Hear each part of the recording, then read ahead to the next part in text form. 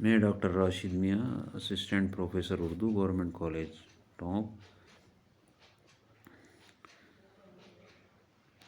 Be A part second year Urdu کے پرچہ دوم سے متعلق موضوع فورٹ ولیم کالج پر گفتگو کا سلسلہ چل رہا تھا۔ اس سے قبل 5-6 حصوں میں الگ الگ موضوعات سے متعلق گفتگو ہوئی ہے۔ یہ 7واں حصہ ہے بات چیت کا، گفتگو کا۔ اس میں فورٹ ولیم کالج کے اہم مصنفین کا ذکر جاری ہے۔ اس سے قبل 6 حصے میں جان گلکرسٹ سے متعلق معلومات، ان کی تصانیف و تالیف کا ذکر کیا گیا تھا اور ان کی خدمات کا احاطہ بھی کرنے کی کوشش کی گئی تھی۔ مختصراً ہم یہاں کالج کے جو گلکرسٹ کے علاوہ مشہور مصنفین ہیں، مثلاً میر امن، حیدر بخش حیدری، میر شیر علی افسوس اور مرزا کاظم علی جوان، ان کے سلسلے میں بات چیت کریں گے۔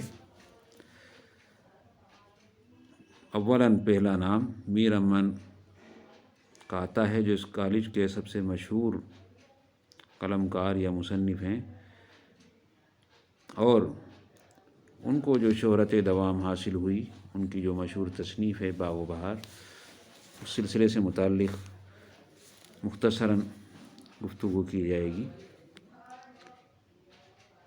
فورٹ ولیم کالج سن 1800 عیسوی میں قائم ہوا تھا اور 1814 تک ایک زندہ ادارہ تھا، لیکن 1854 عیسوی میں اس کا باضابطہ خاتمہ ہوا، اور اس کالج میں 54 سال میں تقریباً 60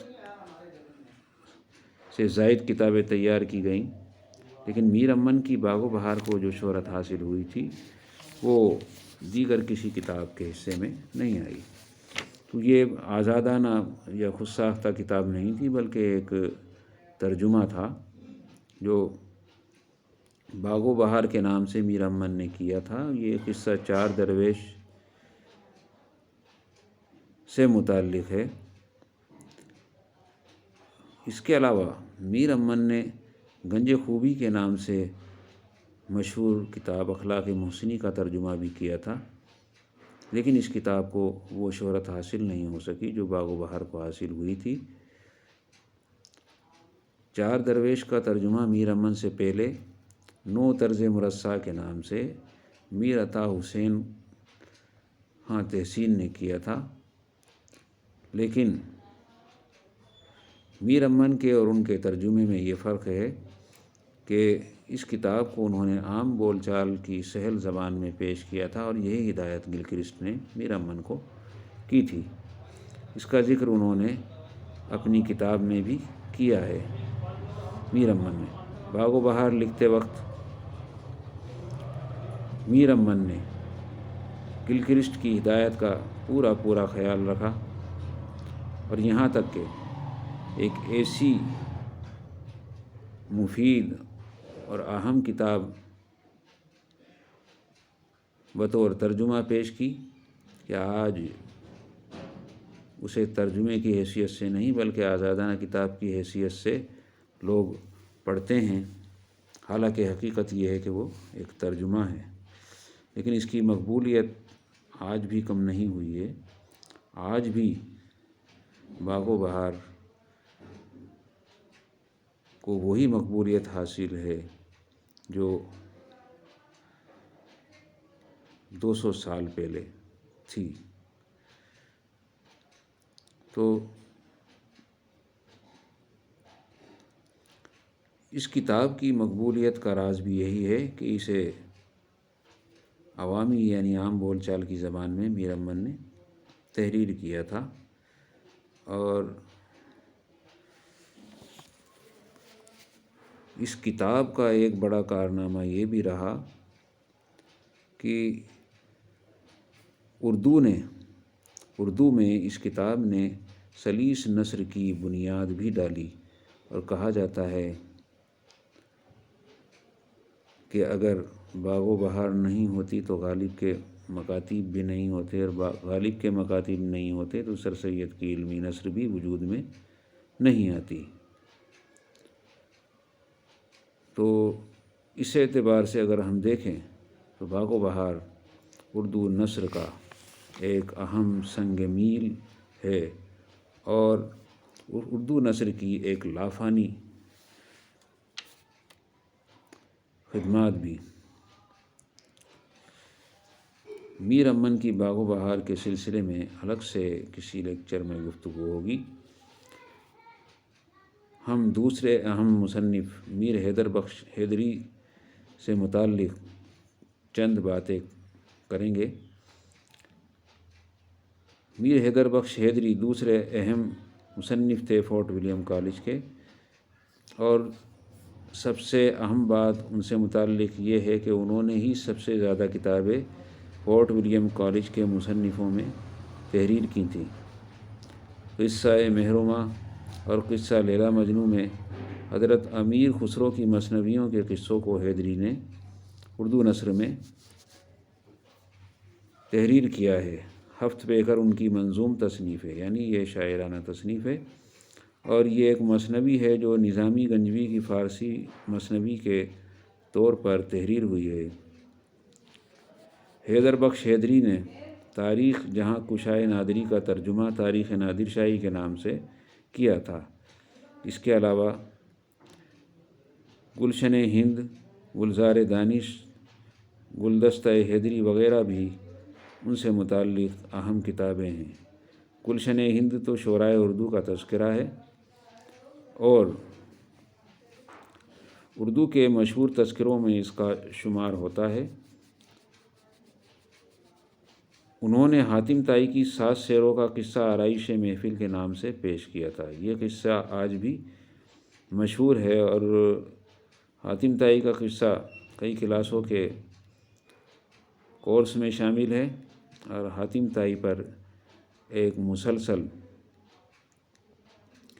ناٹک بھی ٹی وی کے مختلف چینلوں پر نشر ہو چکا ہے، یعنی فلمایا جا چکا ہے اور نشر بھی ہوا ہے۔ تو حیدر بخش حیدری نے اس کتاب میں اپنی طرف سے بہت سے اضافے کیے تھے۔ اس کے علاوہ طوطا کہانی کے نام سے بھی ان کی ایک اور کتاب بہت زیادہ مشہور ہے۔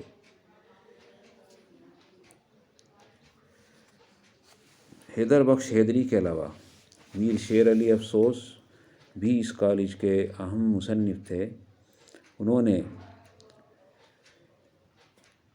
معلم اخلاق فارسی کے مشہور شاعر شیخ سعدی کی نابہر امتیاز تصنیف گلستان کا ترجمہ باغ اردو کے نام سے کیا تھا، جو اس زمانے میں بھی کافی مقبول ہوا تھا، اور آج تک یہ قصہ پڑھا جاتا ہے۔ انہوں نے خلاصۃ التواریخ کا ترجمہ بھی کیا تھا، اور اس کا نام انہوں نے آرائش محفل رکھا تھا۔ تو آرائش محفل کے نام سے جو کتاب حیدر بخش حیدری نے ترجمہ کی ہے وہ حاتم طائی کی 7 شعروں کا قصہ ہے، لیکن یہ جو آرائش محفل جس کا ذکر ہم نے کیا ابھی شیر علی افسوس کے حوالے سے، یہ خلاصۃ التواریخ کا ترجمہ ہے۔ اس کے علاوہ کالج کے ایک اور اہم مصنف مرزا کاظم علی جوان تھے۔ یہ اس اعتبار سے شناخت کیے جاتے ہیں کہ انہوں نے کئی ڈراموں کا ترجمہ اردو میں کیا۔ مثلاً انہوں نے للو لال جی کے ساتھ اشتراک سے ان کے ڈرامہ شکنتلا کو اردو میں منتقل کیا تھا۔ تاریخ فرشتہ کا ترجمہ بھی ان سے یادگار ہے۔ انہوں نے ایک مشہور طویل نظم بارہ ماسہ لکھی تھی۔ اس میں ہندوستان کے متعدد تہواروں اور موسموں کا ذکر بخوبی کیا گیا ہے۔ کاظم علی جوان ایک ذی علم اور سنجیدہ انسان تھے۔ عربی فارسی کے علاوہ انہیں دیگر زبانوں پر بھی مہارت حاصل تھی۔ یہی وجہ ہے انہوں نے کئی ہندی اور سنسکرت کی کتابوں کے ترجمے کیے یا اس میں شامل رہے، تو اس کے ساتھ ساتھ انہوں نے کئی فارسی کتابوں کے ترجمے بھی کیے۔ اس کے علاوہ انہوں نے سب سے اہم جو ترجمہ کیا ہے وہ کلام پاک کا ترجمہ ہے، اور یہ ترجمے اس سے پہلے بھی ہوئے تھے، تو انہوں نے اس ترجمے کو درست کیا اور ترجمے کی اصلاح کر ایک بڑا کارنامہ انجام دیا۔ شعرائے اردو کے کلام کو انہوں نے ایک انتخاب کے روپ میں شائع کیا، اور اس کے علاوہ جو مشہور کتاب ہے اردو اور ہندی کی سنگھاسن بتیسی، تو اس کو لکھنے والے منشی للو لال جی تھے، تو انہوں نے للو لال جی کو اس سلسلے میں کافی تعاون کیا اور مدد کی، اور ان کے اشتراک سے ہی یہ کتابیں وجود میں آ سکیں۔ تو فورٹ ولیم کالج میں ان کے علاوہ بھی کئی مصنفین تھے، مثلاً میر بہادر علی حسینی، مظہر علی خاں ولا، مرزا علی لطف وغیرہ۔ تو ان کا ذکر اگلے لیکچر میں ہم کریں گے، اور یہ سلسلہ فورٹ ولیم کالج سے متعلق مصنفین کا جاری رہے گا۔ شکریہ۔